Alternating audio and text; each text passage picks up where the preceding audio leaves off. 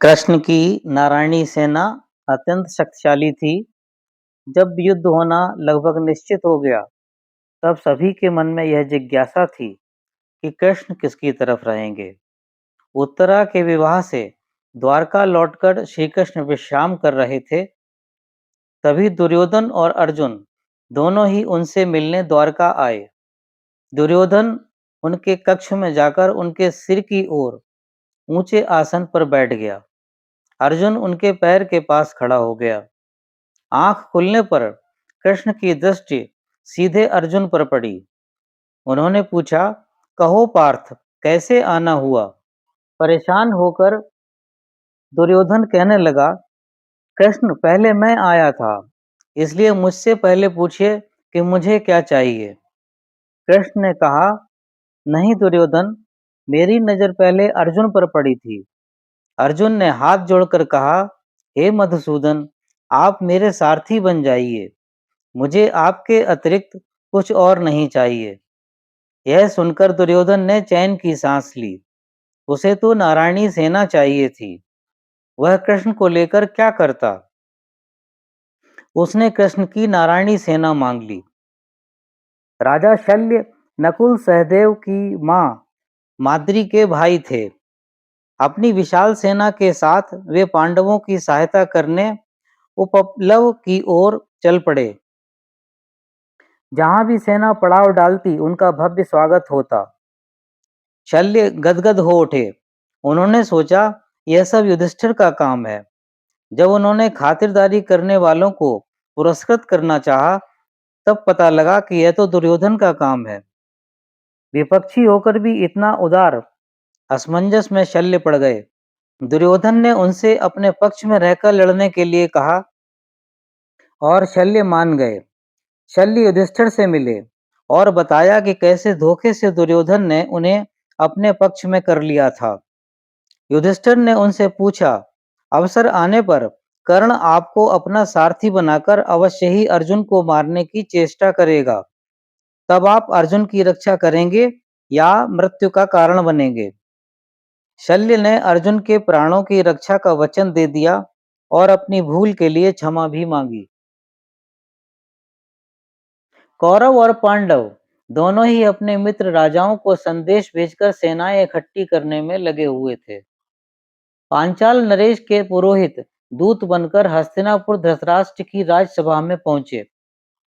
उन्होंने पांडवों की ओर से संधि का प्रस्ताव रखते हुए धृतराष्ट्र से उनका हिस्सा देने की कृपा करने का निवेदन किया।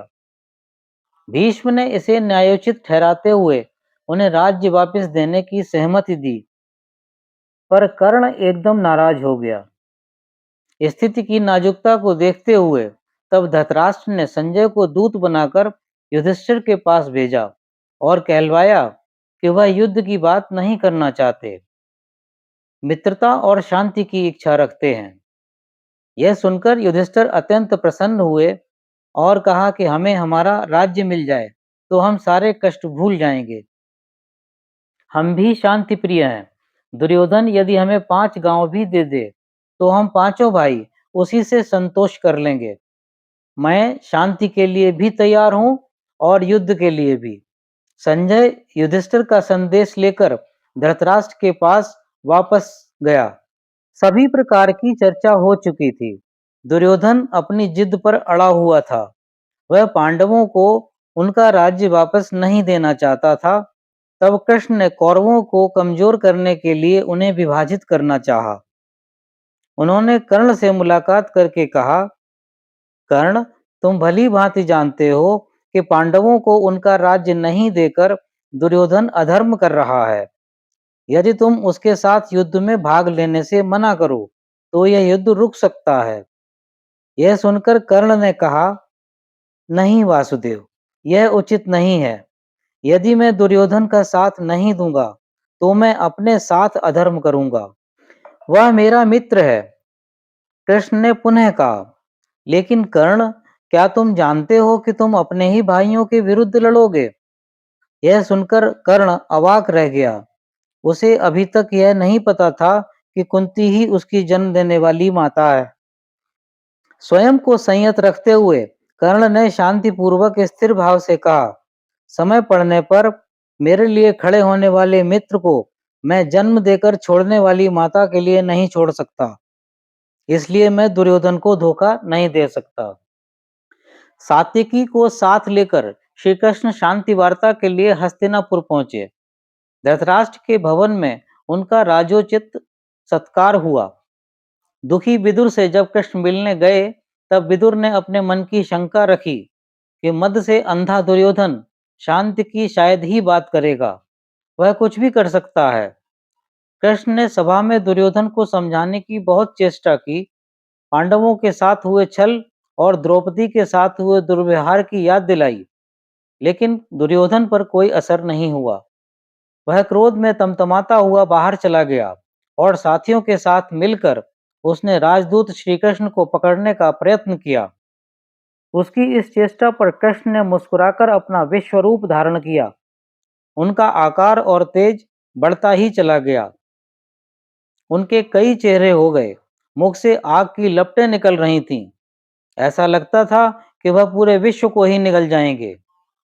धृतराष्ट्र की इच्छा पर कृष्ण के विश्वरूप के दर्शन के लिए उन्हें पल भर के लिए दृष्टि मिल गई थी। कृष्ण ने शांति स्थापना के लिए हर संभव प्रयत्न किया, पर शांति की स्थापना की अंतिम आशा जो थी, वो भी समाप्त हो गई। कुंती को यह सूचना मिली कि पांडवों को अपना राज्य वापस लेने के लिए कौरवों से युद्ध करना पड़ेगा।